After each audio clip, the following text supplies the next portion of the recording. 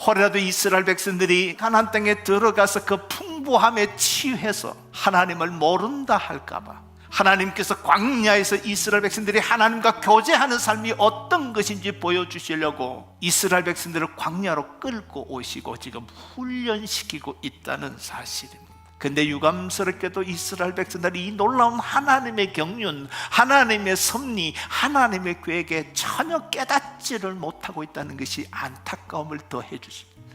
그들은 여전히 불순종하고 있다는 거예요. 25절의 말씀 보면 모세가 이르되 오늘은 그것을 먹어라. 오늘은 여호와의 안식일인즉 오늘은 너희가 들에서 그것을 얻지 못하리라. 오늘은 하나님께 예배하는 하나님의 날이다. 제발 무엇을 먹을까 구하기 위해서 나가지 말라고, 들판으로 나가지 말라고 그렇게 부탁하는데도 또 나가서 양식을 구하다가 허탕치고 돌아. 얼마나 하나님께서 안타까우시면 이스라엘 백성들에게 그렇게 통곡하듯이 말을 할까요? 28절에 어느 때까지, 하나님의 슬픔이 가득 배어있는 단어입니다. 어느 때까지 너희들이 하나님의 말씀과 율법에 순종하지 않겠느냐.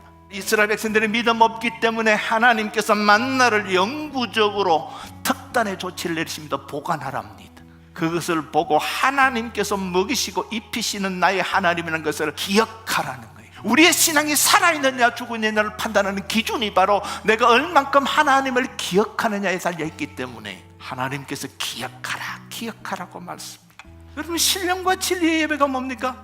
1절 3 가운데 구체적으로 역사하시고 나와 동행하신 그 하나님을 기억하면서 드리는 예배가 신령과 진리로 드리는 예배인 줄 믿습니다. 그 예배를 우리가 드리자는 거예요. 앞으로 법궤가 만들어지면 그 법궤 안에 하나님 받으신 그 십계명 돌둘판과 함께 만나의 항아지를 같이 두래요. 여러분, 법궤가 뭡니까? 하나님의 임재를 상징하는 물건이에요. 하나님의 임재 안에 율법을 대표하는 십계명과 만나의 항아리를 함께 두래요. 무슨 의미입니까? 하나님의 말씀에 순종하면 이 만나는 일용한 양식은 하나님이 책임져 주신다는 거거든요. 근데 이 약속을 하나님은 끝까지 지키세요. 가나안 땅 들어가서 그들이 스스로 농사를 지어서 첫 열매를 거둘 때까지 하나님은 지속적으로 약속대로 만나를 먹이셨다는 거예요. 참 신실하신 하나님이에요. 우리 수도 없이 하나님께 원망했어요.